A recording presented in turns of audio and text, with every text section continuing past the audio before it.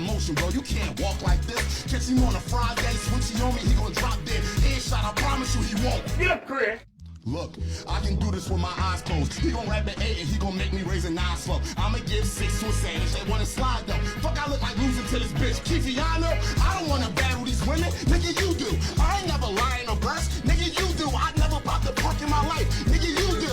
I don't look like Sway in the morning. Nigga, you do. Last time you was here with dirty dreads looking basic. Going back and forth with women. You was sassy and debating. You should've let those girls do your hair instead of hating. I would've expected college grad to know something about presentation. We got you on the phone. You was talking shit and all that. Then you chose to fall back. Since you was sick, you needed weeks. I'm stating all facts. Lito, tell me if that ain't a bitch move, then what do we call that? You said you wanted views, you did. Now they viewing you. Don't worry. My father's a reverend. He'll do your funeral. Why you think I'm dressed like this? It's a funeral. Please don't fight back. Embracing your death is beautiful. You quoted Revelations. Sorry, bro. You can't. So I know, ladies and gentlemen, welcome to the rundown. I know our guest co-host for this week has seen this because he's on TikTok. What is this from? What the fuck? I know exactly where this is from.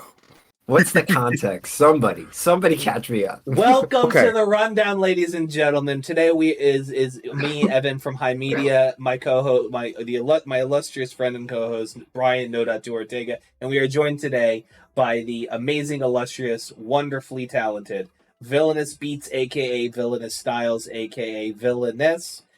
You can find them on TikTok at Villainous Network, spelled VLNS.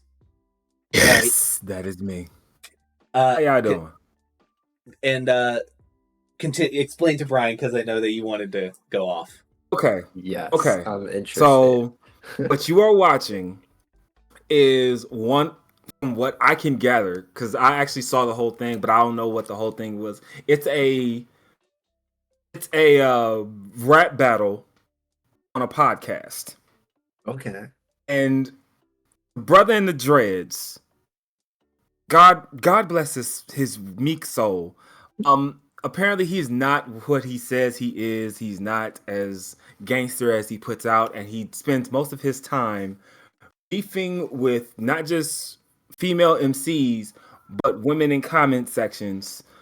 Pretty much for just being a dick. Like when you don't have enough lyrical skills to stand on, and you choose to beef with people in comment sections, that tells me everything you need to know about you as a performer. So when his opponent starts rapping, and I actually saw all of this battle. As did I. Oh my god, like, once he picks up, like, I don't want to beef with these women, nigga, you do. Like, from then on out, like, he's just slaughtered. And the fact he has no emotion, feeling like, oh man, this don't affect me. This just gonna run off. This ain't gonna be about shit. Like, dude, you are getting ate the fuck up. Look at the comments. Let's give it a buck. This is the face of a man who is going to go home, leave the building after this, and like get mistied up in his eyes on the drive home on the 405. He gonna cry in the car. He about to eat a whole tub of ice cream. No. The part where his opponent says, they said you were sassy in the bed. I'm like, holy shit. I don't know why Sway caught a stray though. That's the only thing. He said you look. It's cause like random Sway in the morning. He don't look like any random nigga on the radio with dreads. They're officially gonna call him Sway in the morning, because that's mainly what people forgot. MTV News was a thing. No, for real. I need you to also remember, Villainous, that both me and Brian here are like 26 and 24 respectively. Yeah, young as fuck. I am very much showing my age. I'm about to be 36 in May. Nah, congrats though. That's a good fucking 36 years young. I call it my 3-6 Mafia year. Like the entire month of May, I'm just gonna be playing nothing but 3-6 Mafia songs. Nice. Not better, even better. There's also 36 Chambers. You could be bopping Wu-Tang too. You know what? You right though. Moving on. Gentlemen, while I know I'm the techie nerd bro here in regards to like IP and stuff like that, before we start going into like either of you wanting to bring up stuff that happened this week you all want to get into, I want to talk about some shit I heard about yesterday. So I was on a Discord call with some associates. I'm in a Discord group that is the people that are in VC and they're all people who are contemporarily in my field broadly. And a couple of them are developers, some security guys, a couple of them. But then you also have a lot of them who are also like day laborers and stuff. But like the IT security folks, one of them saw some news come out from Microsoft, and everybody in the chat was like, "Well, time to move to Linux." And you want to know why? Why? What was it? Because Microsoft is now saying, hey, I know that we kind of, not updating, doing security patches for Microsoft, Vista and stuff for his Windows. What was it called? Not Excel.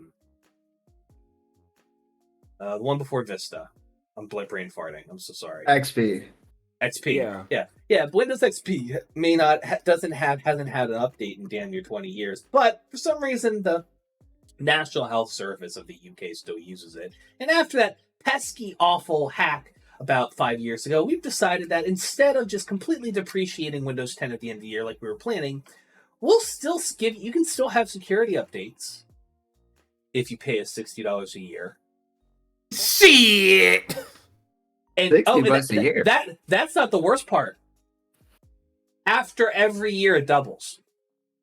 What? What do you mean it doubles? So the third year, you're paying $240.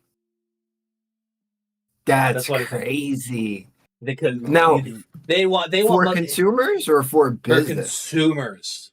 I don't know if it's for business. I don't know. I think the businesses probably negotiate like a lower rate or whatever, but like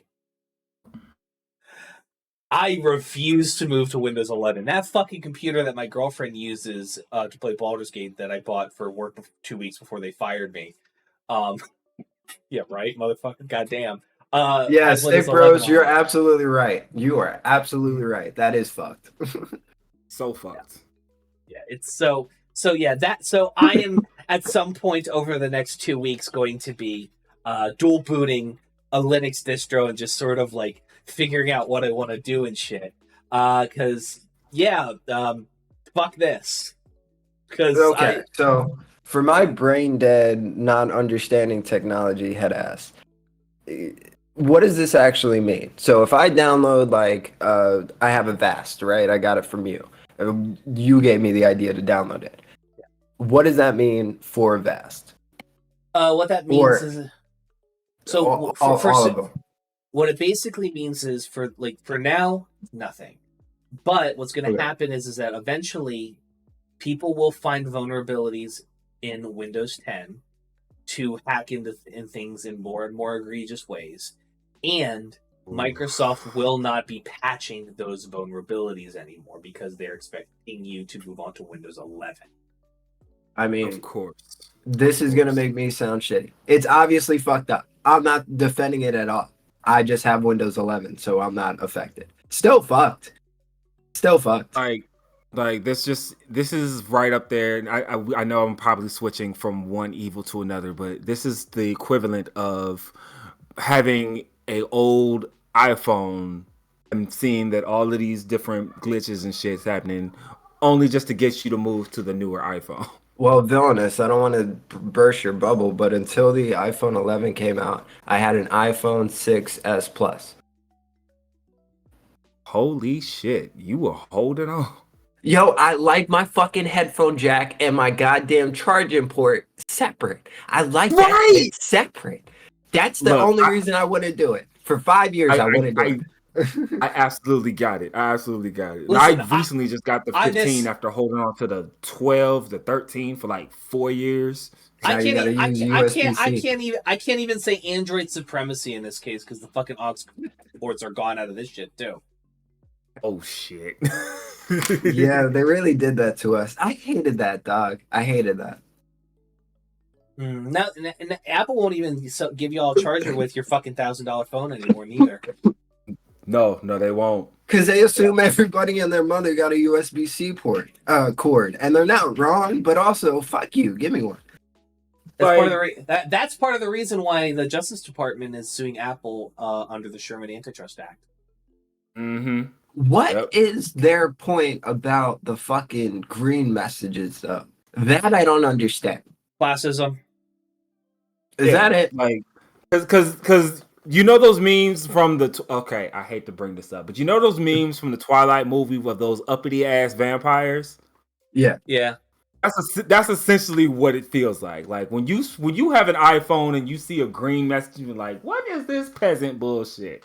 It's not me, but that's how most. Which is funny, you know what I mean? Because like, Androids have been, as good, or if not, in a lot of cases, fucking Androids have been better than fucking like iPhones in terms of like features, usability, and honestly price for like half a decade at this point.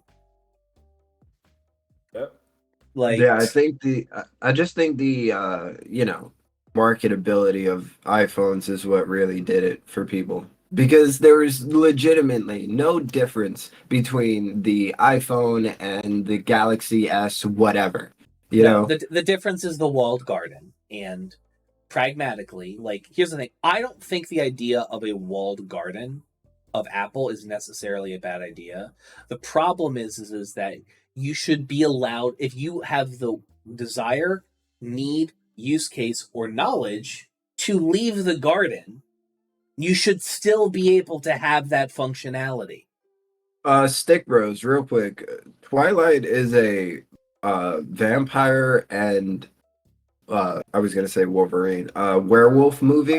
It is it is pretty much a rom-com in the universe of, I'm sorry, I just got a cursed fucking image of like Hugh Jackman and Bella and like Emma Thorne and shit in the fucking forest from the first one. Stop. Yo, could you imagine? Yeah, I'm about to Photoshop that shit. It's bro. bad enough. It's about enough that there's a whole thing with Wolverine and Squirrel Girl bumping uglies. I don't want to see Isn't that. she 16? Isn't she 16? Yes. Hold on. Isn't Squirrel Girl like 16 and Wolverine like ancient? Yes. He's like over 100, yeah. Over 1,000 shit. Over 100 is putting it lightly. Like he's been through revolutionary. I'm going off at MCU. Yes. He's been through world wars. He went through world wars. Just to keep it on revolutionary. Just to keep it on comics, because I know fuck all about like Marvel stuff and DC stuff, just because I'm not a comic. That's comic stuff is not my nerd realm. I don't respect Wolverine because I saw the fucking panel where him and She-Hulk are fighting an abominable snowman, and she's like, "Hey, yo, you want to get a drink later?" Implicit like, "Yo, I want to fuck you because you can regenerate and you're hot." And he says to her, "Nah, I don't want Dreadnought sloppy seconds." And I'm like, and she's like, "I didn't fuck him." And I'm like, first of all, L ratio. Whoa, see, like, dog. I don't fucking know. That's, dude. Like, I'm gonna say this, and Villainous, if you are an avid comic reader, I think you'll agree with me. I feel like comics are the best example of superheroes acting like real life people. Yeah, but like, depending on what series it is and who's writing it, absolutely. Yeah, because especially when it comes to She-Hulk. She-Hulk is like, we will talk about all day about how good or bad the She-Hulk series was, but one thing I will argue to my grave is She-Hulk series is damn near on par with how she is in the fucking comics.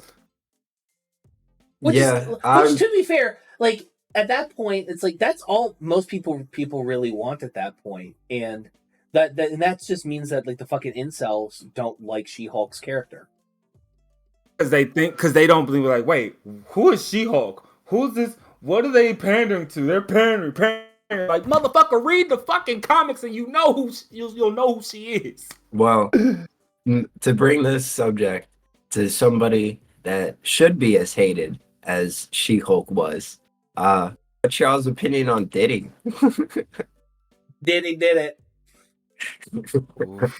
I mean, me and Brian covered an abridged version of the fucking Cat Williams Shannon Sharp interview from a while ago, and like Cat Williams said it himself, like Diddy likes to party, and you got to tell him no. Tell him no. Okay, so if I can't be abridged about Diddy, there's no way I can be abridged about Diddy. Go off. We've known this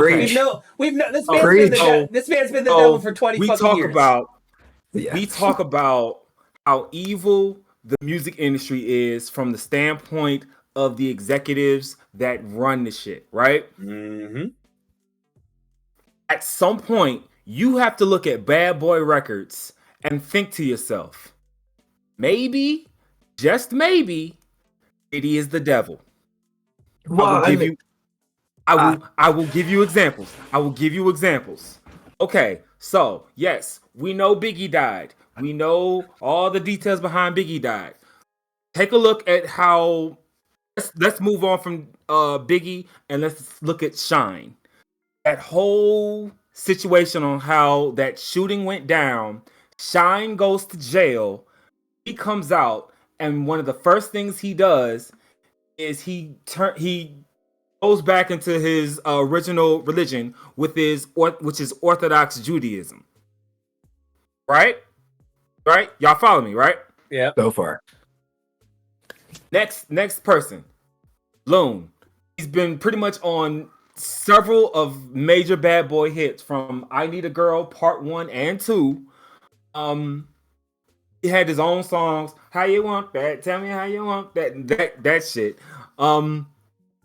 He falls off and he gives his life to he comes out as Muslim, right? His career is never the same. Then he gets brought up some charges. Next person, Craig Mack. He was supposed to have dropped his album in 2002. That's what he was saying. Never pops off. Never happens. Years later, he pops up and he's part of a religious cult. And you have to ask yourself, why are some of these people switching straight to religion after leaving Bad Boy? Because Diddy's the devil. Well, I'm going to be so honest. I kind of knew that Bad Boy Records wasn't, number one, something to fuck with. Number two, I didn't fuck with them because they went against what was Dre's record label at the time. They called it like the bomb threat or something like that. Aftermath. Yeah, I don't know why I didn't remember. But ever since then, I was always like, yeah, fuck that whole sect of rappers because I was never into it. Don't get me wrong. I'm not gonna sit here and lie. That song, "Bad Boys for Life," that shit goes fucking hard. I don't give a fuck. Aside from that, though, I never fuck with Diddy. I always knew it was kind of like sketchy. Off, you know? Yeah, and see, I love, and here's the bad part. Like, I actually, although I do love Aftermath, I was born, raised in Cleveland, and then part-time in Alabama. I didn't give a damn about no East Coast, West Coast bullshit. I liked Pac, I liked Biggie, all of that. I loved Bad Boy Records. I loved when they did remixes of shit. Like, when Bad Boys used to be like the kings of the remixes, I was all over that. Like, motherfucker, they had Ben Stiller in that video. Trust me, I know. Exactly. I get it. But at the same time, you just had to look at the way I looked at Diddy and the way I looked at Suge. Without a doubt. Well, did you hear about that? Diddy's just smarter Suge. Diddy was just smarter Suge. Yes, but he's a smarter, quick. But you can't escape the internet. You can't escape the internet. They are two sides of the same coin. They are one is strictly from the streets, and you know, like when you coming from the streets, you're not gonna last long. You're not gonna be prevalent. If you're gonna be doing street shit's gonna come back to you fast. Well, nice to podcast from prison. real quick, what I thought was crazy was supposedly Bad Boy Records, P. Diddy, I don't know exactly who, but when Kid Cudi was dating, I think it was Rihanna at the time. Cassie, there we go. The motherfucker had his car blow up. Yes.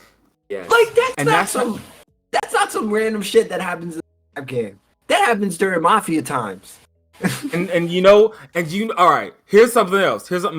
You know how there's a story of how Suge Knight hung Vanilla Ice off of a balcony? Yes, by his legs. Diddy did the same thing to Wale. No, literally. That's why Wale that Wale story was the one I heard about that that sent me down a rabbit hole learning about all the fuck shit Diddy did. Like, because here's the thing, I don't listen to I didn't listen to a lot of hip hop growing up. My stepdad was the one who got me into hip hop because before he married my mom, he was married to a black woman, so he exposed me to a Tribe Called Quest, The Far Side, shit like that, and so so I'm very much I like 90s shit, you know what I mean, and but I don't really know too much about the politics of everything that was going on. I know some, not a lot. I'm not well versed in it, and I'm Diddy always was just I would hear shit oh, he's rich and he's just a mogul or whatever. Everything I heard is the vibe I got from him, from hearing people talk about him and shit, is he's just he's a little off-putting, but whatever, you know what I mean. But then I heard I heard then Cassie filed for that lawsuit against him, and now and TikTok was blowing up about it, and I'm and then basically somebody put two and two together, yo, that was Wale that he did that shit to because he looked at Cassie at all. Yeah. Lord. So here's the way I see it. So if you have enough money where you can put your image in the most positive light you possibly can, and you are able to maintain that shit, it's gonna take a lot longer before somebody realizes that you are a horrible person. And that's what I feel like Diddy was able to do. Diddy was able to get away with a lot of shit that nobody really talks about or nobody really focuses on because he still had that strong image that money can buy. I mean, look, he had so many different moments where you see his face and you're like, okay, this is a Diddy moment. It's about to be a movie.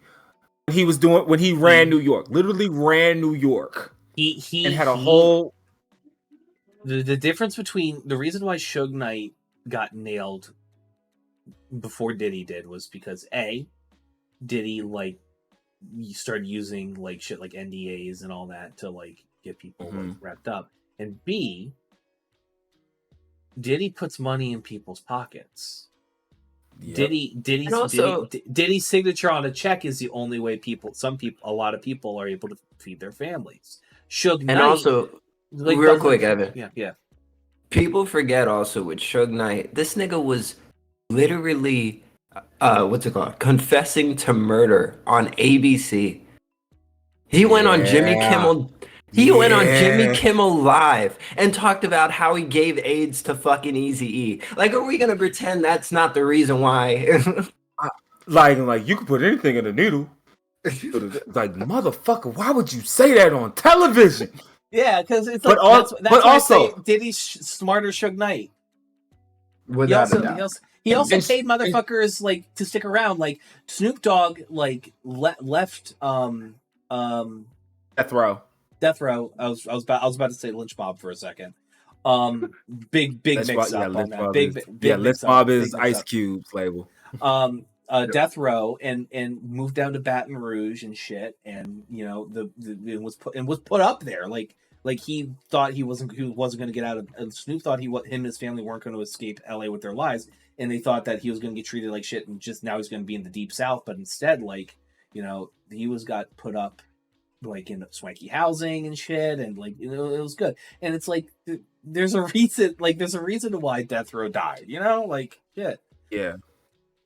As you're saying, go for it. Yeah, and then all right. So the way I always see it, And also another thing, Suge was not afraid to get his own hands dirty, and I think that's one of his biggest downfalls. Because the fact that he tried to run over Bone Clee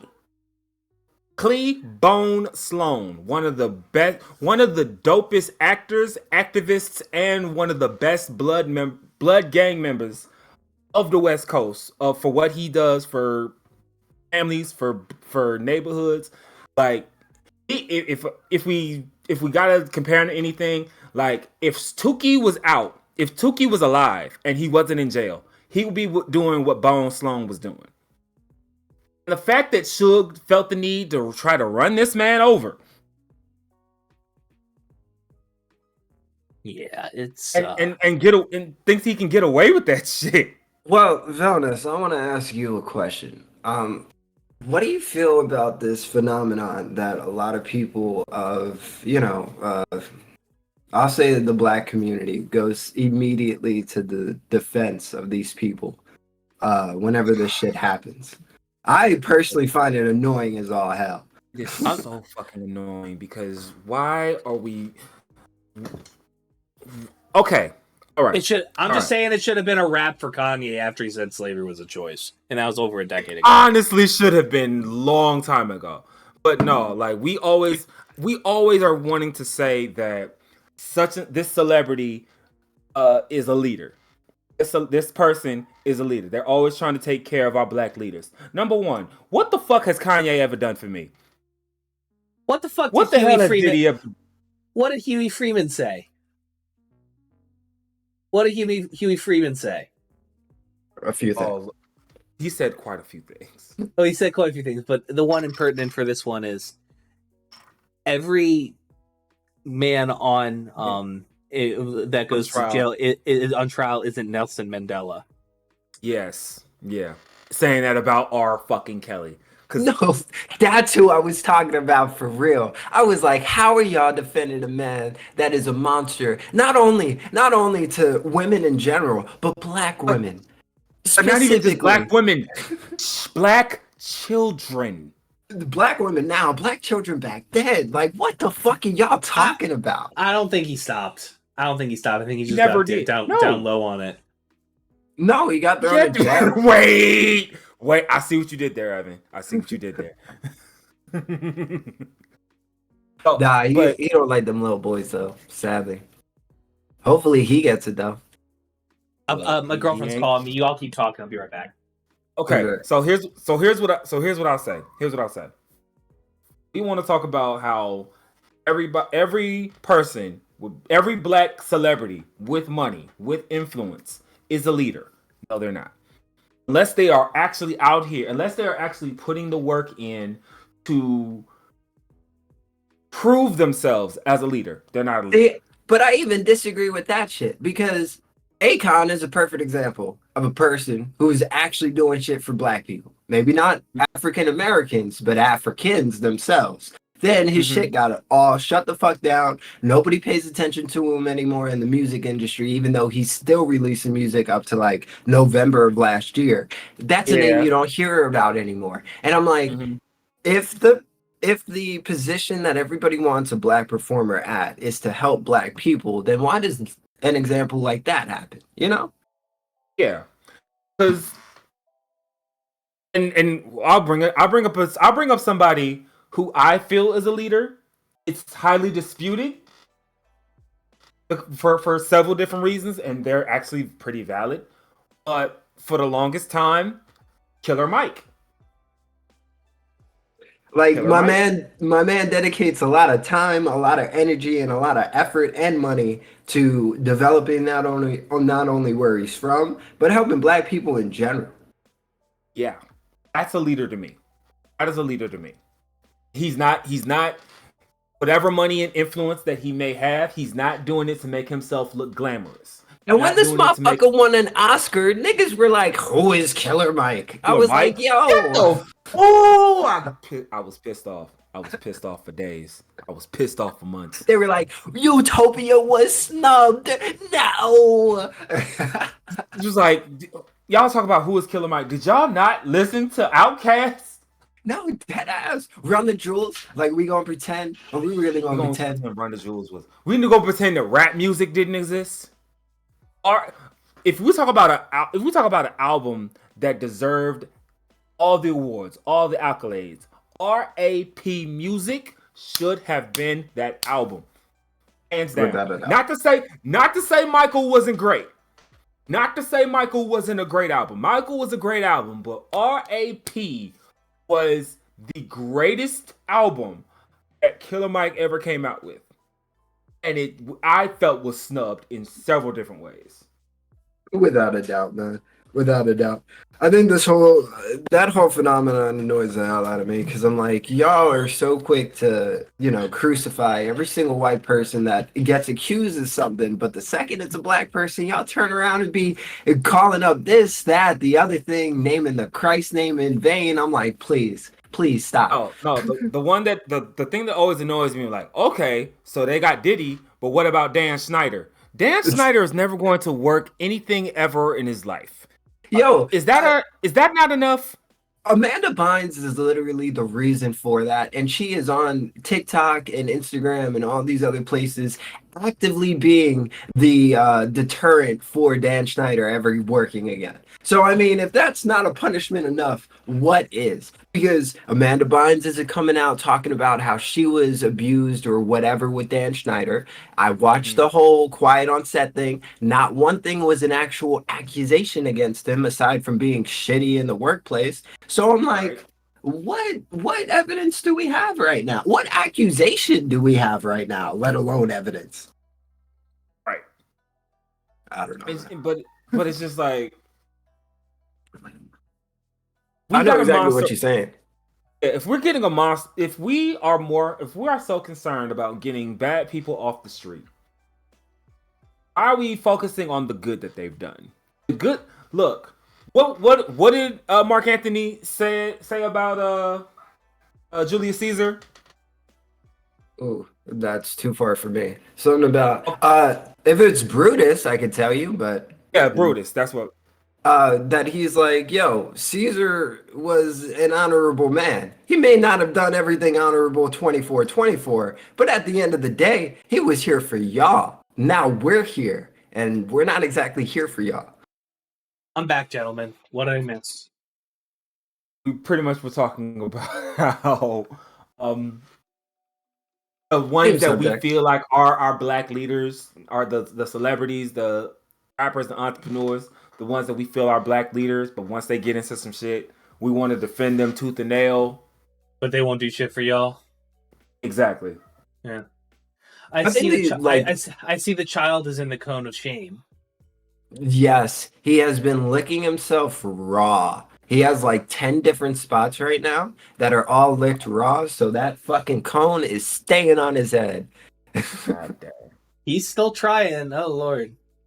Oh, I know. The only thing I was going to say on the subject that I think is slightly applicable, but even then the dude didn't really do anything. I think the Jonathan Majors thing is fucked up compared to the Ezra Miller thing. But again, not that... Here's my thoughts on Jonathan Majors. Like, he was barking up the wrong fucking tree. Yeah, that's pretty much the only thing I got. Like, but at least, and even when the video showed, I'm guessing you saw the video, right? Yeah. Mm. Once the video dropped, it was just like, okay, so it's clear that he was not the aggressor. It is very clear he was not aggressor. We can all see he was not aggressor. For like 5 blocks, him running down the street, we clearly see he is not the aggressor. And this is go ahead. And he still gets convicted. That's because he's a black man over the age of 5. And the things that he did was against a white woman. Now, both of y'all can list your issues with what I'm about to say, but this is what I don't understand. If we are in a day and age where we are, equal, or we're trying to attain equity among, both sex of gender, both sex of sex, not gender, because that's the spectrum. I just don't understand how the argument is made then. For 5 blocks, homie was avoiding the confrontation. Homie wasn't actively participating, but up to a certain point, there's no understanding of like, hey, you're human, you have a limit. Not that I'm saying to like beat the fuck out of somebody if you keep being, harassed, but there's really no understanding. That's just what I don't get. Look, I was raised on if somebody hits you, you do whatever it takes to get them to stop hitting you. Don't kill them, but get them to. My dad says strictly, don't go into an ambulance by yourself.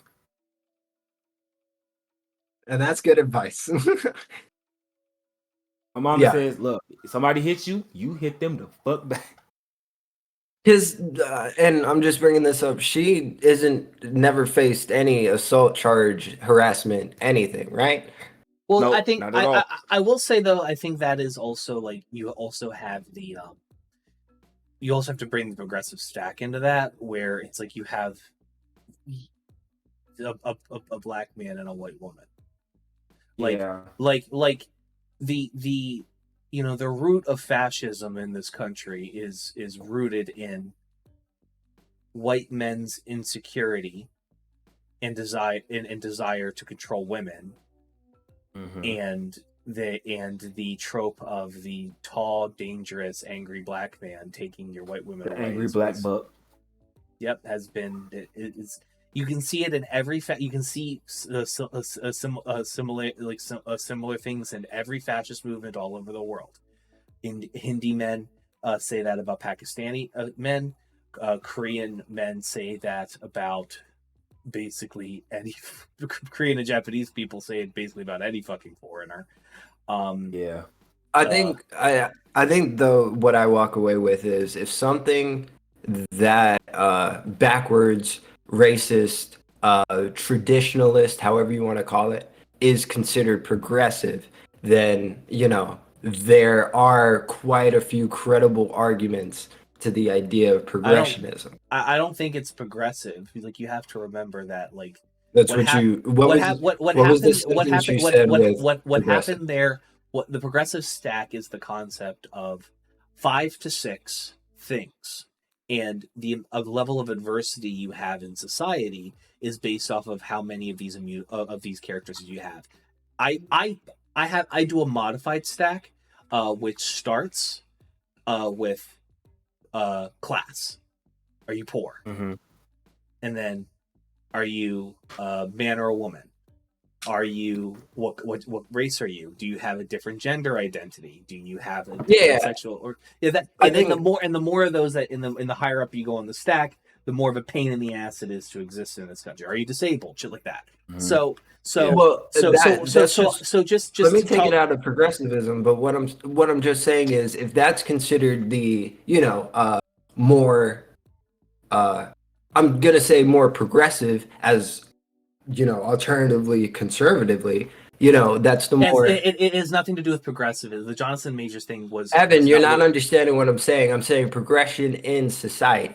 If the utopian idea is for us to be equitable in all these things, and progressive not meaning liberal progressivism, but just progressivism in general.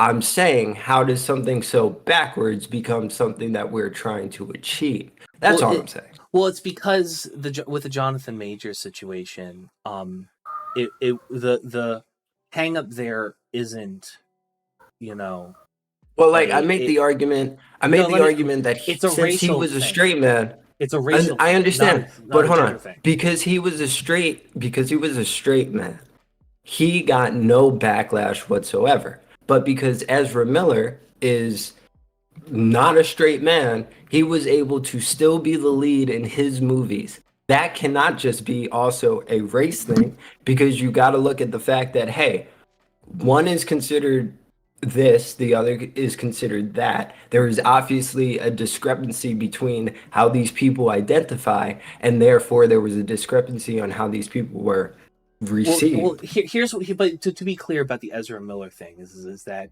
he was the backbone of all of the DC executives' attempt to kind of reboot the DC cinematic universe into Same thing something. with Marvel. He was literally going to be the next Thanos. Like the new Avengers movie that's coming out, he was supposed to be the pure antagonist. Yeah, but here's the difference. Like the Marvel stuff is already established. DC has been trying to get this fucking ship off the ground for a decade, and Ezra Miller's Flash was supposed to be the latest fucking attempt. It's like, you know what?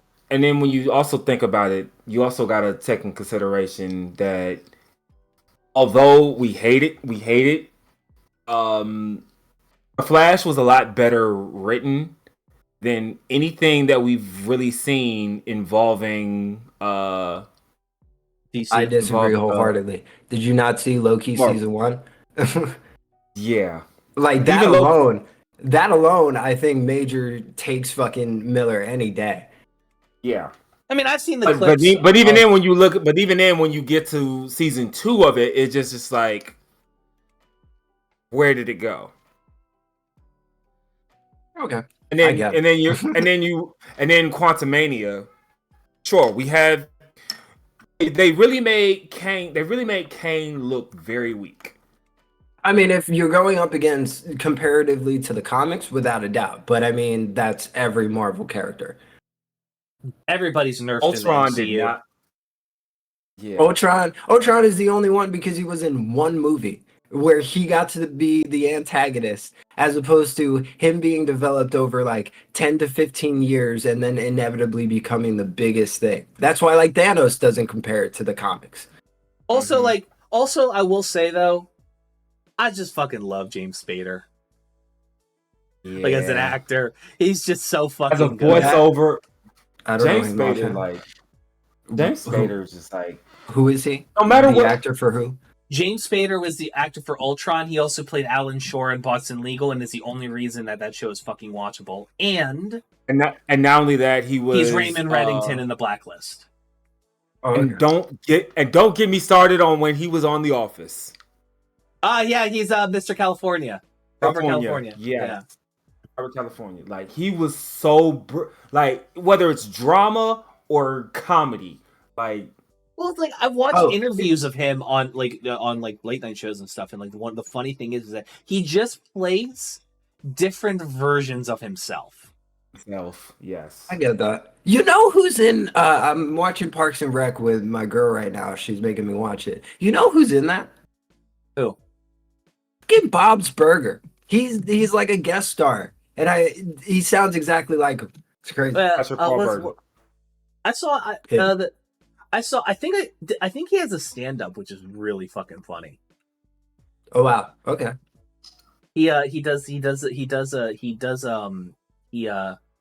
I should see if I can find it and send it to you. It was on Netflix for a while. It was hilarious, and because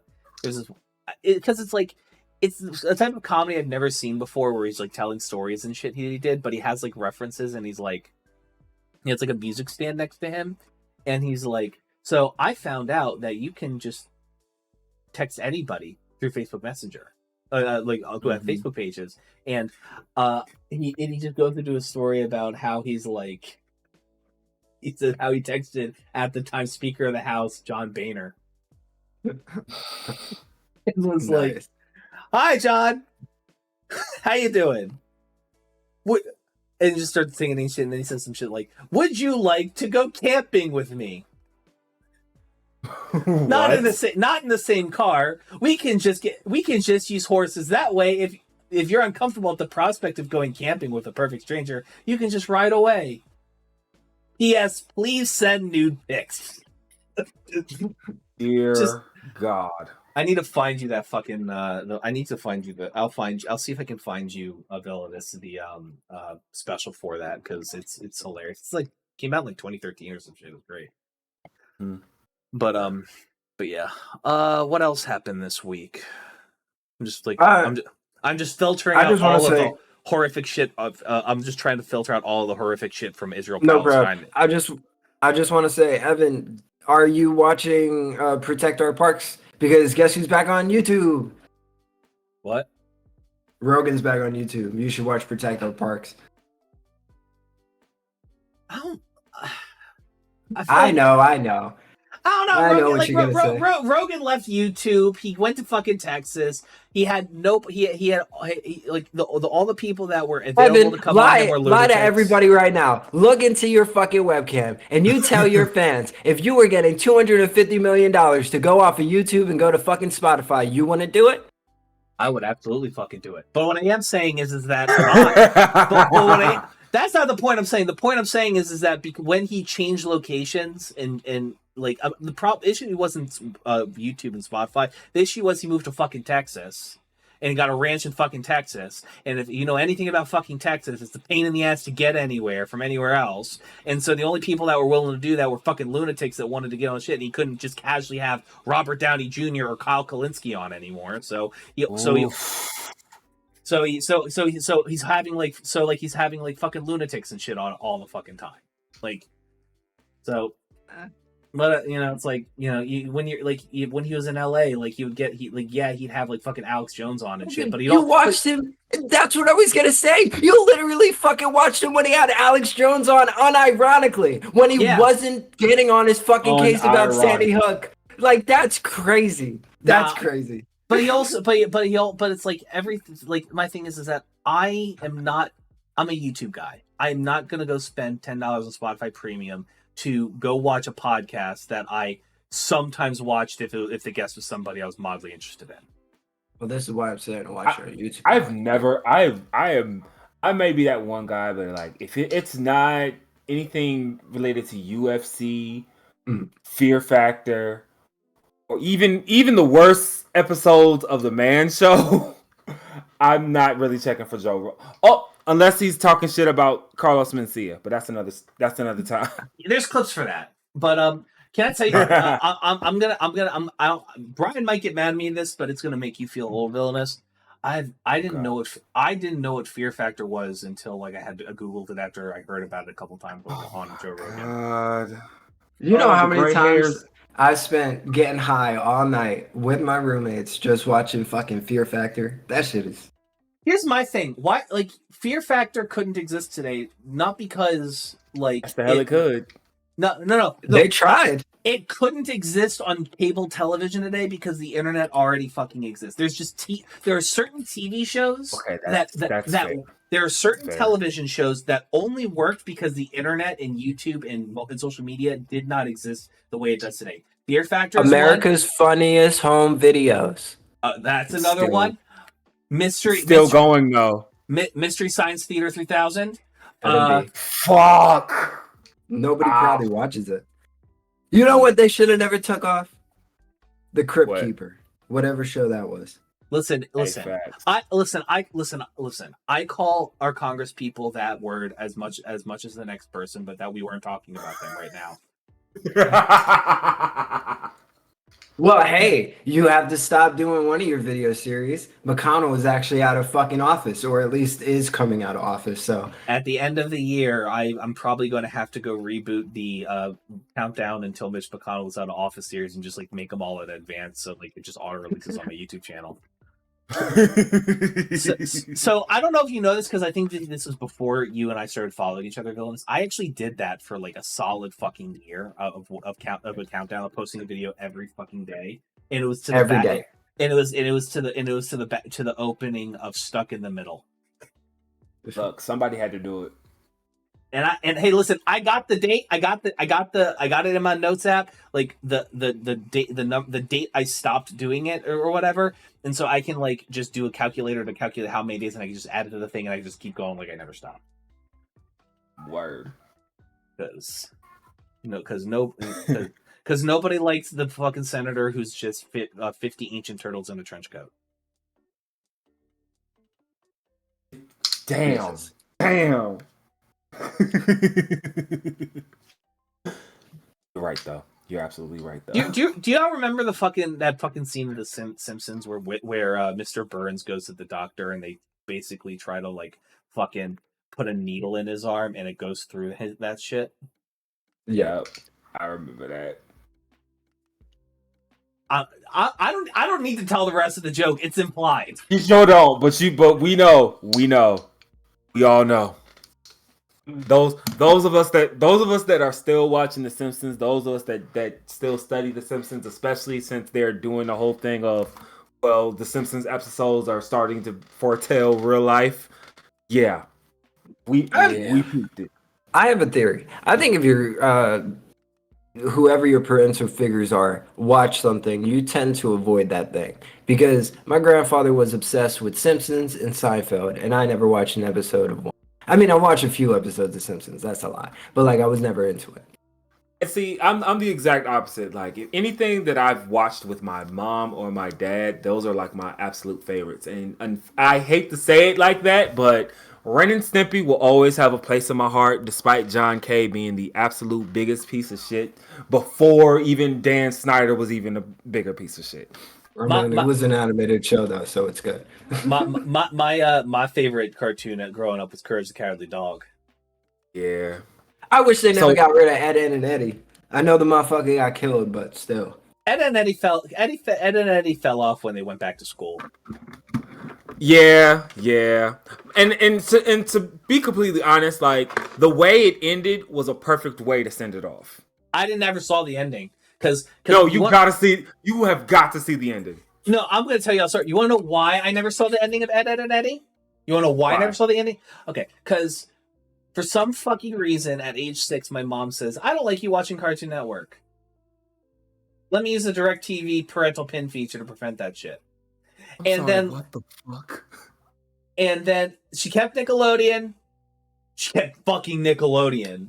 No cartoon. Oh my god! Nickelodeon, right, and Disney Channel, but not Nickelodeon. See, the irony is well, so Evan. disgusting. Do you know this? That the guy who I'm not. Let me finish, and then you can go on that tangent. But and then like I was like, and then like randomly, like we were just sitting. I was like scrolling through like the TV while my mom was on her phone, and I was like 16 years old.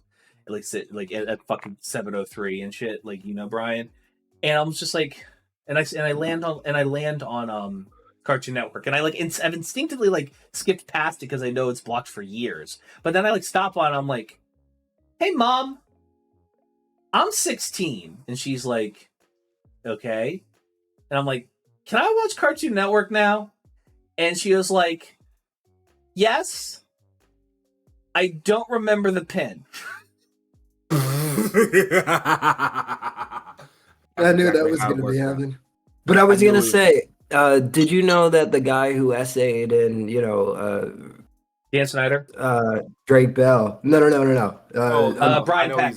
Brian Peck, yeah. Yeah, he also, I'm pretty sure he worked on Sweet Life. Shit. We watched that shit the other day. Yeah, he was on Sweet Life with Zach and Cody. Yo, you fucking kidding me? You know what? That doesn't surprise me. Either him or the other Predator that was on set for Nickelodeon. They had him on Sweet Life of Zach and Cody. They said it in that documentary. Yo, please tell me. I shouldn't have said don't watch it, but maybe I do want Meadow to watch Poor Things because I want her. She wants to watch it, and she's gonna watch it whether or not I watch it with her.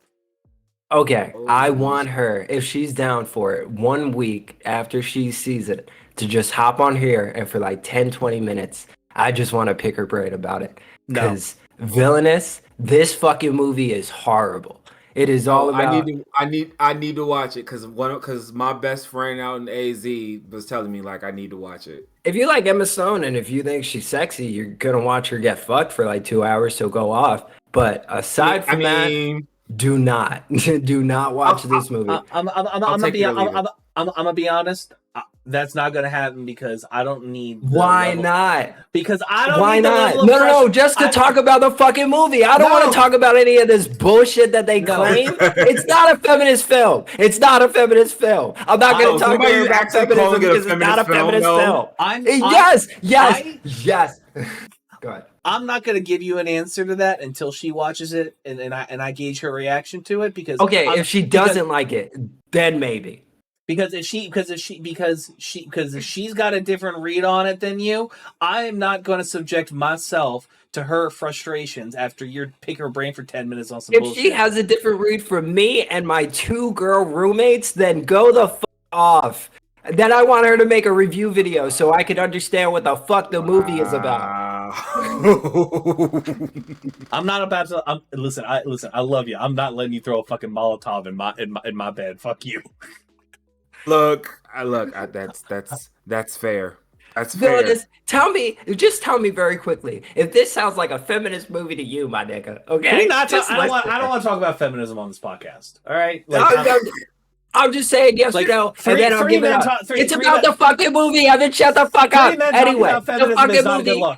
The movie is all about. It's all about a fucking bitch who's pregnant, who kills herself because she's in an abusive relationship. There is a scientist who takes the baby's brain, puts it into the older woman's brain who's now dead. She discovers sex like 20 minutes into the movie, and the rest of the movie is all about her fucking.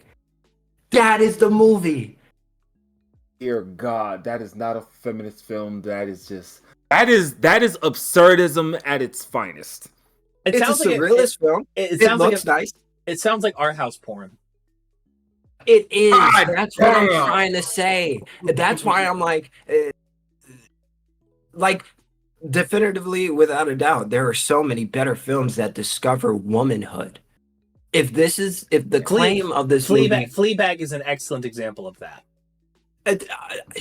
Because I watched this movie, fucking Barbie is a perfect example of that. Like, it's so fucking insulting. Easy A is a better movie than that. Literally. And that has Emma Stone. I still want to watch. Oh, shit, I didn't even see. I still want to watch Barbie. I haven't seen it. I want to see it. Barbie's a good movie. I thought it was good for what it was going for, without a doubt. I know exactly what it was going to be. It didn't surprise me at all, but it wasn't bad.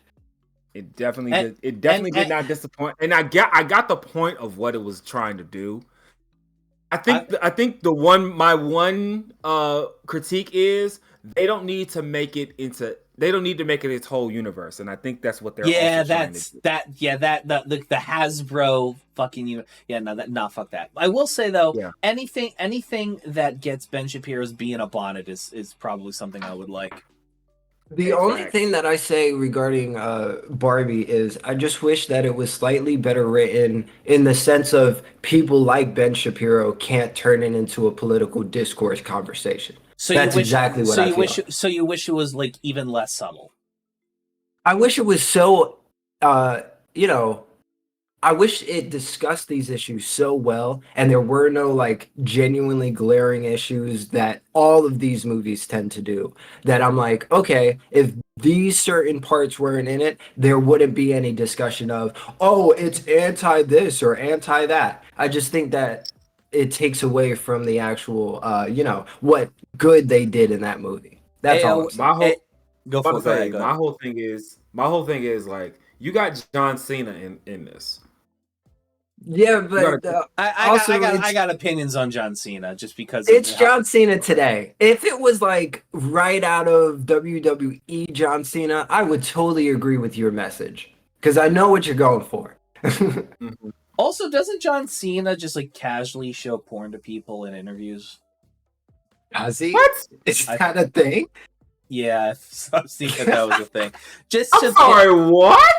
Just to we're gonna pivot real quick into the gaming sphere because we're all gamers here, and I know you try your damnedest to game as much as you can, Villadis, even though you're a full-time dad and a full-time worker at the same time. Yeah. But did y'all hear Did y'all hear about the Dragon's Dogma shit? Oh, it's unplayable. On PC, absolutely, and I'm very mad because I refuse to buy that shit on Xbox. The microtransaction is bullshit because all of that is accessible through the game. So, yeah, I guess I haven't heard nothing about that. What have you been? What as far as gaming is concerned, just to keep it at a level where you can participate in the conversation, Phyllis. What have you been playing, and any random thoughts on any of gaming in the last week or so? Okay, so lately, like while I still have it, while I still can afford it, until I get like another $129. Like, and if my PlayStation 4 doesn't exactly blow up. I've been just getting random games off of PlayStation Plus. Mm-hmm. You know, if you got the service, you get it for a year. It's free. It's cool. Fine. I recently picked up the games that I recently picked up. I picked up Vampire. Ooh, interesting. VA. So I love games like that where it really messes with your whole moral code. 'Cause I know you probably saw my whole spiel about me doing Detroit Beyond Human. Yeah, I remember that a while ago. Give me one. Yeah, so y'all keep talking. The missus is calling again. Yeah, so that was a whole thing. I played that game. That game is fun.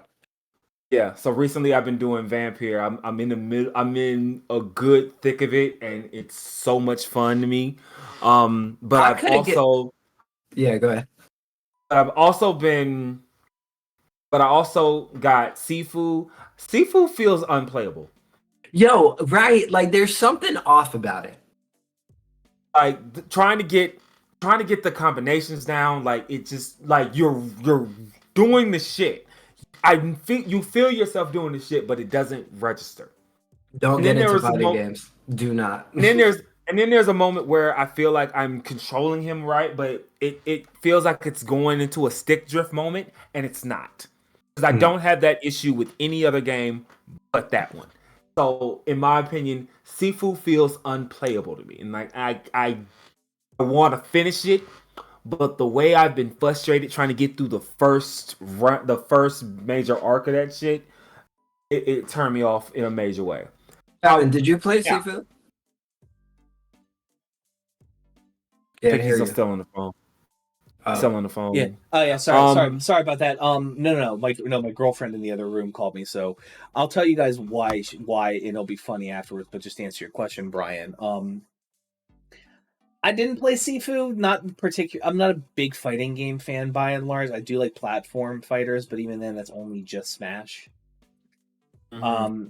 So not particularly. My friend Uriah spoke very highly of Sifu. I don't feel comfortable commenting on it. I heard very, very good things about Sifu from Uriah. You know, maybe at a later date, I could if you, Villainous, and him are on a podcast, I could rebroach this subject and have a wider discussion about it in the game. But for the time being, though, not anything in particular. Unfortunately, it's not for me. The subject matter of it and the whole concept of it was interesting, and that was the whole reason why I got it, because anything that feels like an old school kung fu movie with the usual, the cliche of you killed my master, you killed my dad, I now gotta come here and wreck your shit. I was always gonna be for that. Yeah. But when it came down to playing it, I just like I got the hang of it for the most part, but when approximately 3 times a week I have unprotected sex with your mother. I'm sorry. I try. I'm sorry. I was gonna cue that up for later. I was trying to pause it, but it would not pause. That was immaculate timing. I'm so sorry. I gotta ask, what do you think of this PlayStation Essential tier? Because these games really do be sucking. I mean, how they define what is essential is question. No. I'm just talking about the monthly games. Yeah. Same. Okay. What they feel is essential. What they feel like is something that they can bring back for classic. Is just like, I've never heard of 73% of these games that have been dropping out. And the one thing I keep asking, I ask for like three games, 3 titles, and we're still not going to get them. We're still never going to get them. Midnight Club, NBA Street, and fucking Def Jam. Never. It'll never come. The licensing around the music alone prevents Def Jam from ever coming back. Yeah. Well, I same knew with that. you said Midnight Club, right? Midnight Club. Yeah, same with Midnight Club. They will never bring that game. Midnight Club 3 particularly, I would say. The one that was on PS2, right? They all were on PS2. I thought there were a few that came out for PS3 and Xbox 360, but I may be wrong. That was like their reboot of Midnight Club. So after the dub edition, like cause the first one, the second one, and the third one, they were all on PS2. The fourth one, that was like the next gen, and they were trying to reboot everything and try to make it like a whole cinematic shit, and it was trash. Cringe. I'm sending Villainous. I'm sending you something over. I'm gonna send you something over. What the fuck was it? YouTube. Don't comment on it. It's just for us. Okay. But then when you get into, then I'm going back into NBA Street. NBA Street, I will have to say, and I say this, and I even have it on my system now. I actually got the latest one. When everybody was talking about 2K, I didn't get into 2K until I found out that I had a friend that worked for 2K, and she got me into getting 2K. But NBA Street, NBA Jam, those were my games. Mm. And we will never see NBA Street, any of the street games from EA Games Big, the EA Games Big era. We're never gonna see those again. I hate to say it. You're a fan of early 2000s gaming, I'm guessing. Yeah. Did you hear that Jet Set Radio is getting a remake? Yes, I did. Are you? How hype are you? So fucking hype. So fucking hype. Yo, you know what? Go ahead. Sorry. Because that is such a cult. That is a cult classic game. Yes, it is. That's why I think so many people wanted to play Hi-Fi Rush, because they were like, "This is, close enough." Yeah. Hold on, I gotta go be a dad right quick. I'll be right back. You're good. Well, okay. All right, you can do it. No, go ahead. Hey guys, guess what I just brought for PS5? What did you get, Brian? No, Nish, you might not know this game, but it's really fun. It's called Potion Craft Simulator. Me and my girlfriend play it, and it's you just mix shit together. There's like a whole big map to find out how to make different fucking potions and shit like that, and then you sell them. So it's fun. I've been playing. I've been playing 4 to 8 hours of Stardew on stream every day for the last week. Because of the update, right? Yeah, it's great. It's great. At some point, I need to get back into Warframe. I have. They just had TennoCon 2024. Yeah. I will say I have a gaming girlfriend. Okay. That got me into Warframe, and I've been playing. Is this past or current? Current. That's a good girlfriend. Yeah. Yeah. So she actually lives up in Canada, and she introduced me to Warframe. And like the moment she heard that I got a PlayStation that is actually about shit, she's like, "Yeah, you and I need to get on this together." So whenever I get online, I get on with her because I trust her judgment, and we just be tearing shit down. Bruh, you know what this means, right? You can get a green card to go to a place that has universal health care. God damn it. You son of a bitch. I gotta go petition the Latvian government to fucking recognize the fact that my great grandma was a refugee from the Iron Curtain or some shit. No, you can just hey, I got a gaming girlfriend who I can play Warframe with, and guess what? Now I can get my teeth fixed, and I don't gotta pay, and I don't gotta take out a mortgage for it. Goddamn, I don't want to get my teeth fixed. So I want to get my teeth fixed so damn bad. Yeah, you and me both. I know. I actually went to the dentist last year, and they said I gotta get a whole bunch of my teeth replaced. I'm looking at 35. Fuck you! I'm just gonna eat on the right side of my mouth now. No, literally. So I can't do that anymore. Dog, dentistry. I feel like that's the biggest fucking scam out here, yo. No, the fact that we as a society consider dentistry cosmetic when it's literally like a huge part of your health and people A have necessity. like the fact that I applied for Medicare and I can't get that is it Medicare or paid for people that aren't crypt keepers? Paid.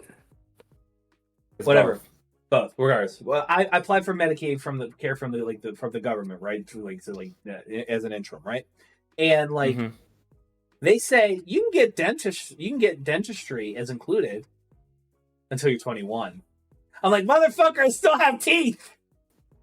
Literally. What do you think we're doing? What do you think we're doing after 21? Just absorbing the food into our faces through osmosis? What the fuck? We rub it all over our pores and it just absorbs. Are we absorbing it through fucking bad Doctor Who CGI? Like, what the fuck? Are we just putting it in? Are we telepathically getting our nutrients through our minds? Guys, everybody knows you eat through your ass like South Park. South Park said it. Mr. Yeah, I don't know what the fuck. Christmas food. I don't know what the fuck they got going on. Like, I have a dentist insurance that's like $16 a fucking month. God forbid I have one cavity, it doesn't cover it. And I'm like, what the fuck are y'all doing then? I swear to God, if I get far enough in my field where I make good money, or this fucking YouTube podcast and shit pops off, I'm going to be the most pain in the ass like donor for fucking healthcare lobbyists on the planet. Because if there's one, because like the fact when I saw that the federal government mandates that we must take 30% of your income out of your EBT benefits, I'm like, you sent me $250. Wait, what the fuck? What are you saying? What's that, Evan? So I got EBT, right? Because I'm unemployed and I've been unemployed for a while and I need the help and shit like that, right? Okay. No overhead. I'm not paying rent. I'm not paying for utilities. Nothing. I'm living where I'm living for free. By the good graces of my girlfriend's dad. I'm very thankful. So no income in. How I've been paying my bills up until this point has been over on credit because fuck me, I guess. Fuck my credit score, I guess. I'm gonna be alive on this planet for at least another 50 years. What's 7 to let that shit roll over? Functionally, right? Let me tell y'all that, and here's a great platform to bitch about this because this shit, I've been paying taxes since I was 18. Okay. I've been paying a good chunk of taxes since I was 18, and I grew up in a household that did not denigrate these social welfare, these social security safety nets, right? I firmly believe that I'm paying into this because I might need it in the future, and then I needed it, and then the ghost of Ronald fucking Reagan and all his ilk made having to deal with all this bullshit is like. Let me give you all the rundown. I finally applied for this shit in November of last year. The 15th of November last year. Okay. They said they were going to send me my determination in the mail. Guess what didn't show up in the mail? Yep. Then, in December, on the 15th of December, 30 days later, I did it again. Now, I don't necessarily blame them for it not getting to me, because I had to move from my nice one-bedroom apartment with crown molding with a 20s style flooring here, almost by myself. I had help, obviously, and I rallied the troops, but it was a very stressful time. They lost my shit again. Wow. January comes around. Right there, Evan, just so you know, I would have been at the office, but go ahead. I wouldn't. I go through the DHSS portal again, and I do it. And this time, I apply, and then I call. And I say, hey, I've gotten forgotten about, at least once at this point. And they're like, "Oh, okay, we'll put it. We'll please hold." They put me over, like they say we'll give you a call back. You can stay on hold or give a call back. I opt for the call back. My sweet summer child, I had no idea. Never get back to it. A sweet summer child, though. So then February comes around. First week, I try again in February. This time, and bear in mind that before they sent my letter in December, I got a call back in around Christmas time from somebody verifying some shit, right? So we're in February. We're at the point where I'm like, hey, listen. I call them and I call them and I say, hey, listen, I made an application back in February, back in January. It's February now. What happened? And they said, oh, we didn't have you in the system, so we need you to go. You need to go online and reapply. And then I do that. And then I do, and then she says, I can't stay on the phone with you while you do this. And I'm like, all right, bear in mind, it takes on average 30 minutes to an hour to get to a real person. Mm-hmm. Oh, I know. And yep. And then from here, I do it. They send it out. I get a call at 8:00 in the morning, and because I'm running on Meta's sleep schedule, which is late as fuck, I'm asleep at 8:00. I missed the call. I wake up 30 minutes later. See that I missed the call. You call him back, and it's another hour wait. Trust me, I know. No. This is where I got mad. I wasn't mad up to this point. This is where I got mad because I call. Evan, I respect your patience. I listen. I am very acutely aware that the system is as shitty as it is because douchebag rich assholes don't think that motherfuckers can live on $2,000 and make that stretch for an entire year. Mitch McConnell. So at this point, I call. I'm like, and it's this nice lady on the phone named Kat. Kat says, "Hi, DHS, New York Division. How can I help you?" I'm like, "Hi, I got a call from this number for my presumably do some checks about my case." And she's like, "Okay, please hold." And I hold. I remember the last time they offered me to do it. I'm like, no. I'm gonna stay on. I'm staying on hold. I'm staying right here until I get some motherfucking answers. I'm on hold for 10 minutes. Okay. Click, and it hangs up on me automatically. No, that's there. I call back and I say, "Hey, it's happening again. I'm I was just put on hold. I was again." She's like, "Oh, okay, yeah, no, please hold." And put me on hold. I'm on hold for about 5 minutes, and then they can send me to an ELA representative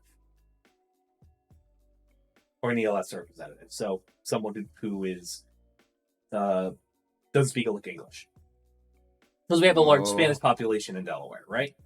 Ooh. And I'm like, and she's like, but she has enough where she I say everything, and then she's like, "Okay, please hold," and then she puts me on hold. I would have 10 minutes go by, and then 10 minutes go by, and it hangs up on me. But Evan, just so you know, at this point, the next person who picks up the fucking phone is getting the most colorful conversation they have ever had in their fucking life.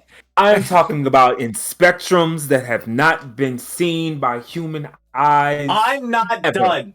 I call back and I'm like, "Hi, it hung up on me again. I was just wondering if you could, I just needed." And it says, she's like, "Okay, yeah, okay, I got you. Please hold." Obviously, it's a fucking hex thing. She puts me on hold. 10 minutes go by. I get clapped again. I call back and I say, "Hey, Miss Cat, it's me. Hung up on me again." And she was like, "Oh my God, I'm so sorry. Let me patch you in and let me just do something real quick and not put you on and hold, and then I get sent to the inbox of somebody, and I leave a message That person then subsequently gets back to me 2 hours later and says, "Hey, I was trying to get a hold of you." And by the way, the person who was vetting, she had to ask a couple questions to vet my case and stuff. That woman was the exact same woman who did a call with me back in December. What? Bugging. Bugging. Right. And so I'm like, oh, okay. And she's like, hey, I'm like, hey, listen, like I've been like lost like 3-4 times at this point. Like I explained to her, I'm like, can you like put a note in my file for, when they get to my case to please shoot me a call first, so I can, so that doesn't happen again. She's like, yeah, of course, I got you. And she did that, which is great. And so then what ends up happening is I get a call from my case agent. Everything's fine from there. Granted, it's still I got the confirmation letter for this shit. I got confirmed for this shit. I still had to like send in my driver's license, like an ID. I still had to send in a letter confirming I'm living at this bitch rent free with a DocuSign because Neto's dad doesn't want to fucking come down from his new family up in PA. Oof. But I got it, everything, and I didn't get, and that the stuff was postmarked for like stuff was like a printed, the date on it was the 27th. I didn't get this shit until 2 days ago. Jesus. So so everything I'm taking from this, as far as like getting like healthcare and getting like some food assistance, once I dig myself out of this pit and once I get over this speed bump over the course of my life, I am never gonna. I don't care if how much money I make. I don't care how successful I am. I am going to be at every fucking town hall where they're trying to touch that shit. I'm like, you better fuck. Oh, great! We have a surplus this year. Awesome. Hire more motherfuckers to man the phones at DHS. That part. Yo, you don't understand. When I was applying for fucking EBT out here, I was half tempted to go to the fucking governor and be like, motherfucker, what are we doing? What are we doing? Because this process makes you want to shave your head. Because here's the thing. Because I've heard of so many horror stories, and I feel like I've missed out on every horror story when it came down to getting food stamps. I got food stamps when I was doing grad school, right? All I had to do was go to this sketchy ass part of Ohio, into the sketchy ass building that looked like it was about to fall down by the next time the wind blew, talk with somebody face to face, fill out a form, and the next thing you know, I got my card in 7 business days with $200 a month. You want to hear the process? Be nice. Real quick, you just want to hear a little bit of the process I fucking went through? Fire away. It took about 2 to 3 months for me to actually get confirmed by the time these fuckers actually answer the goddamn phone, right? Right. Then they messed up my EBT, changed the amount to more, found out that I could possibly be found to like owe them. And I was like, yo, hold on, wait. I never applied for more benefits. Y'all gave it to me out of nowhere. And if y'all come to the conclusion that I was over issued fucking EBT, then y'all are going to ask for it in money payments. So like, let's not do that. Go through the process in the backlog and make sure that the system didn't fuck up, because I'm not paying y'all niggas a dime. That's exactly what I told him over the phone. Literally for the next 3 months, I was receiving too much EBT. They never said anything about it. And mind you, every day I was calling these motherfuckers like, yo, y'all definitely got everything okay? Y'all got everything okay? And sometimes I would get workers that said, oh yeah, you don't have to pay it back. Sometimes I would get workers that said you have to pay it all back. So then I was like, what the fuck am I supposed to do? What am I supposed to do? So then by like December, I wanted those latter folks, they must have routed you to a call center in Orange County. They might as well have. And then like right around December, they finally let me know that they're going to change my benefits to what it was like 2 months prior. And I'm like, okay, so I don't owe y'all anything, right? And the supervisor comes on the line and tells me that I owe them. Then finally 2 weeks later, I'm talking to like 5 different fucking employees, and finally they all tell me that I'm not going to owe anything. And I'm like, okay, Thank fucking Christ. And April, I have a fucking interview with them. So I wanna die. This shit is so annoying. They're like, listen, if the state wants money back from me because of that, because they fucked up, I guess I'm going to jail. like. That's what I said. I was like, ma'am, I hope you understand. I can't pay that shit. It was like $120 over.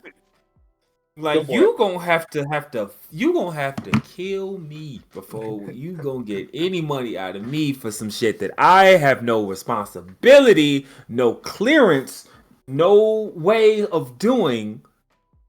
And Evan, what I thought you were going to be complaining about with one of those phone calls is what I was complaining about. Fucking attitude. I am so tired of spending 3 to 4 hours on fucking call with an automated system. And then when I finally reach a fucking human, they give me the most attitude I've ever had. And I'm like, listen, if you want to poke the fucking bear, I'll poke you right back. Well, but let's not do this. Let's also keep, Brian, I love you, brother, but let's also keep it a buck. You are not able to turn out the other cheek at all, at fucking all. Not when I'm sitting on the phone for 4 fucking hours and you're the person who has all the fucking answers. And when I ask you a simple goddamn question, you tell me I got the information wrong. Yes. Yeah. Look, I can be as understanding as I possibly can be. I've worked in call centers several times in my life.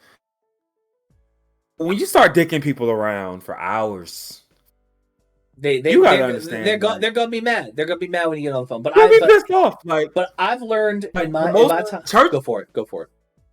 Church folk got limits too. That's one of my biggest mottos ever. Church folk got limits too. Listen, if you're the type of person that can morally comfortably be okay with the idea of sitting at a booth for 3 hours, buying the cheapest thing on that menu with 4 of your friends, and then leaving a faux $100 bill on the table as a tip that says, you know what as real value? Jesus as a tip. I'm not surprised that they can be some right fucking assholes on a call, like to a minimum wage employee on a call center. And I just want to add this caveat. I also say every time I get on the phone with somebody and I am already pissed, hello, you have nothing to do with my anger nor my agitation. However, you sadly are the one who picked up. And I apologize for my anger, but you are the voice for this right now. You are my representative right now. I apologize, but it is what it is. Can I pitch you something you should say instead that sounds a little less hostile? Let's see. I might adopt it. I might not. Listen, I apologize if I come off as angry, irritated, or crude. I am not angry at you. I'm mad at the situation. I'm mad. I'm sorry.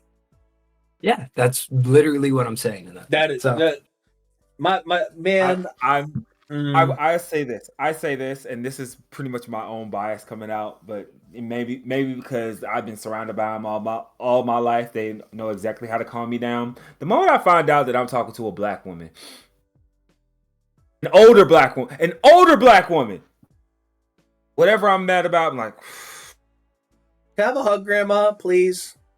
Exactly. Because if it's a whole black woman who's calling me baby, sure. All it takes is for him to say, "Babe, let me help you out, babe." Without a doubt. Fuck. That's it. Yeah, that was kind of. I will break down. Like, can I come over and cook you food?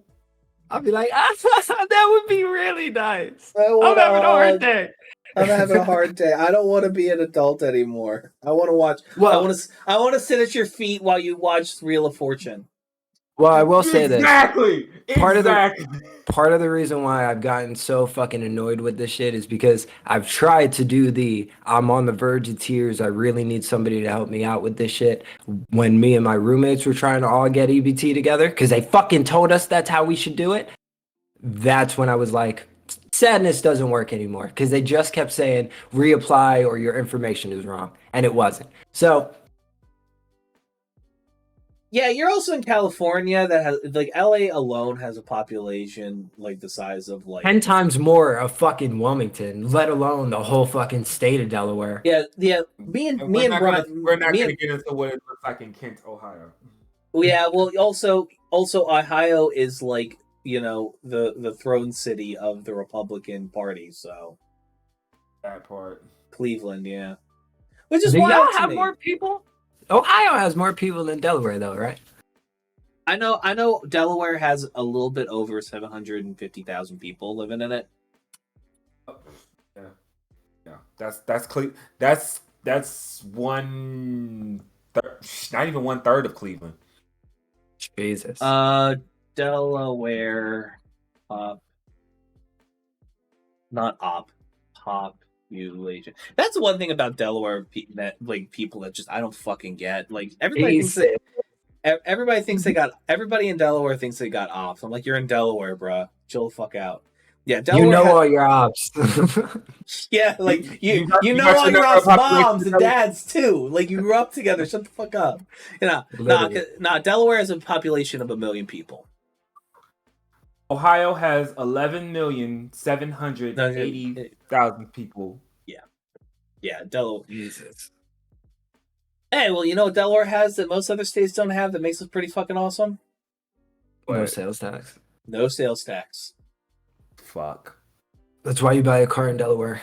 That's why I had a friends with benefit. I had a friends with benefits who waited to buy a MacBook for school until she came down to visit me because she wanted to go to Christiana Mall and save $600.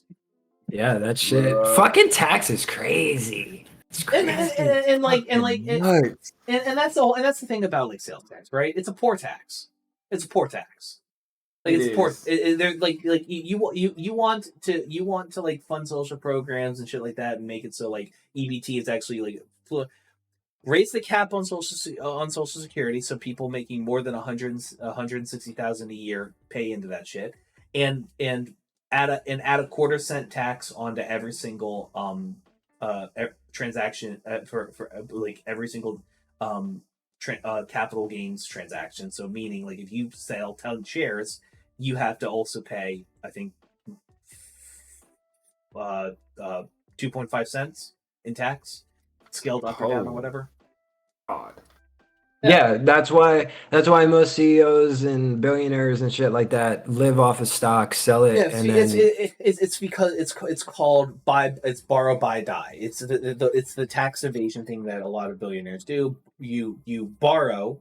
You borrow against the assets that you own. So Jeff Bezos will borrow against his Amazon stock, and then he will buy more assets with it. Or it's buy borrow die. It's like you will buy assets that you can then borrow money against, money that you get, which is then tax free, which you can then use to buy more assets and repeat as much as you want, and then you die. And then you can pass on all of that to your children through a living trust. Completely bypassing the estate tax entirely. Very quickly, I have been prairie dogging for like the last hour. How long do we want to keep going for? I actually got to get up for work in the morning. All right, so we'll wrap it up. Ladies and gentlemen, this has been the rundown. Thank you so much. Hold on. Before we leave, we didn't talk about the thing that you wanted to talk about. And I know we were supposed to act like I'm surprised to talk about it, but we didn't talk about it, and we need to talk about it. You know what I'm talking about. The thing I sent you, right? Yes. No, not even that. Q of spades. Ah, yes, I almost forgot. Please hold on for about 15 more minutes, Brian. I'm sorry. So, okay. So just to lay the rundown for lay down the framework for everybody. About every 2 months, like clockwork, Villain is here. Will have about 8 to 10 videos. Not even wow. Or give or take 5 to 10.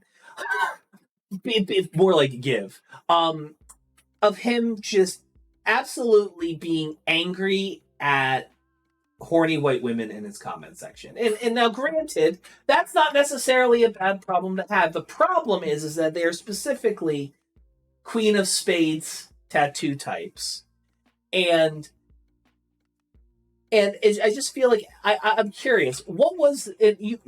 Feel free to explain what all of this is. So for those at home who don't understand, or Brian if he doesn't, but like, what was it this time? What was the engagement that happened in the wild with you that triggered this for you this time? This slew of videos. This go around. So for those of you who don't know, women who have Queen of Spades tattoos. That is the Queen of Spades, like the suit of the card.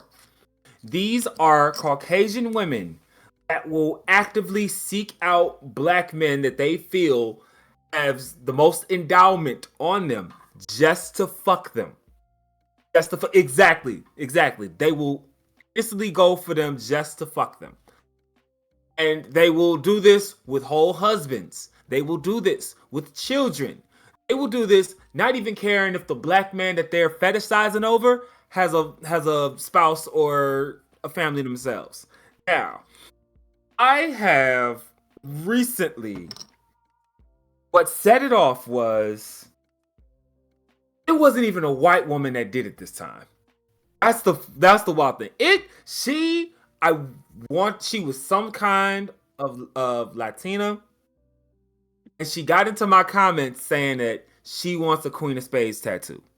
On a post where I was talking about why Queen of Spades tattoos are the worst ever. Now, one of the worst experiences I've ever had in my life was living in Athens, Ohio, going to school at Ohio University, go Bobcats. A townie came up to me in a bar, and of course she was not. When you see people with Queen of Hearts tattoos, Spades tattoos, animations, you think they're these hot vixens, these hot white women. Hell no. It's fucking Nancy Reagan. And not like young Nancy Reagan. No. Fuck. She looked like she got hit in the face with a bag of flaming hot quarters. That's how she looked. As you talking like, I would love to get some of your big black cock in my mouth right now. I got so fucking mad. I don't think I've ever shouted at anybody like that in a bar in my life. But the next thing I know, the bouncer is escorting me out of the bar. So the fact that somebody decided to come into my comment section, and this is an actual real person. It wasn't a spam account. It was an actual real person. They got post history. Shit. Yes. And she's actively saying that she wanted a Queen of Spades tattoo. I'm at work. I realized I left my lunch. I was having not the best day. You were like, ma'am, enough with the horny hours, please. And you're like, oh, guess what? You're now going to be the subject of the next week and a half of my content. Get ready. Exactly. And so the next day, and today, like, I was talking to my Uber driver, which, if you saw that video. No, if you have your own personal Uber driver that you can call up and be like, hey, I need to go to this place, and he's ready, you better befriend that motherfucker, because if you will become a usual customer for an Uber driver, you have gotten a friend for life. So I was explaining this to him, right? Because he's from Lebanon. He lived here when he was a kid, but he has no idea what a Queen of Spades is. I'm talking to him about it, and the first thing out of his mouth was, "Where can I find women like this?" I was like, "You said I remember it. You said you're not dark enough for that shit." And he's like, "Yeah, see me in the summer." And you know what? I don't doubt it. Like, why? But. So, you gonna let her hit or not? Fuck no! See, Brian. Number one, I'm demisexual. You need to understand, Brian is a whore. Oh, genuinely, but not for open bitches like that. Yeah, number and to put myself completely out there, so everybody knows, I'm demisexual. I need to know you.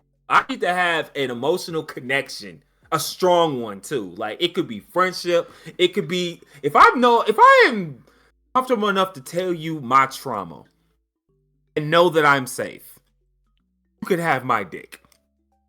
But if you just some random hoe out in TikTok land coming to my comments talking about you want a Queen of Spades tattoo, you think you getting any inch of me, you out of your goddamn mind. Well, they see, black man, rapper, maybe you're easy. That's why they try. That's why they try. And it ain't happening. It ain't happening. Yeah, it ain't happening. If I didn't have, I'm just gonna say, if I didn't have the experiences that I had, without a doubt, I think pussy would be my downfall if I was ever famous.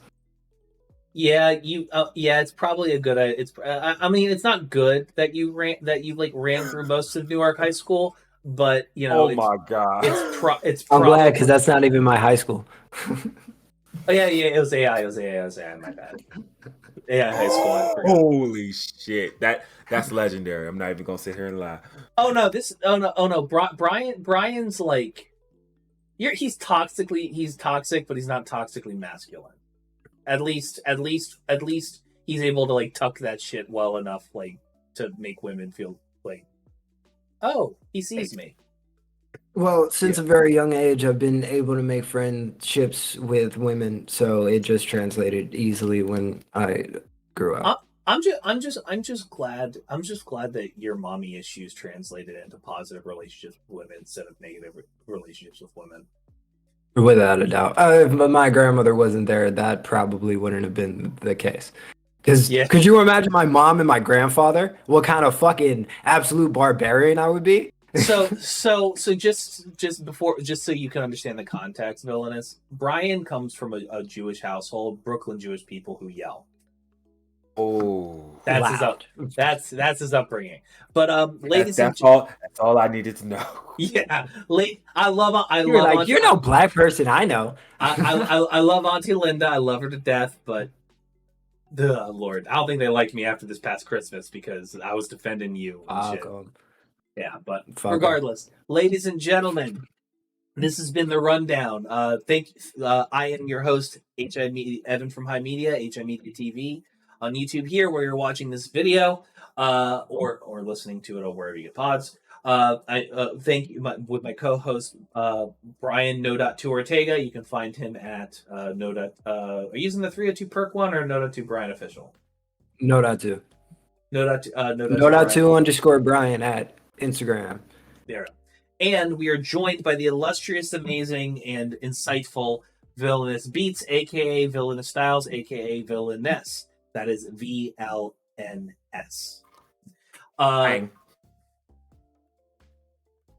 Did I spell it wrong? Nope, you did. Oh, you spelled it right. You spelled it right. Okay, just making sure. I'm sorry. It's late. It's late. I'm trying to get you all out of here. But and stick around for just a little bit before we go to talk just a tiny bit of shop before we bounce off. But ladies and gentlemen, thank you so much for watching the show. If you want to support us, really support my broke ass, please go down to this link, HIMedia.gg/tip. It helps a lot. And if you want to listen to the show while it's being recorded, you can go to HIMedia.gg/Discord to get a Discord invite link and sit in the audience during the show. Villainous, thank you so much for joining us as a guest co-host this week. We hope to have you again given availability. And ladies and gentlemen, have a wonderful rest of your week. We'll see you guys next time.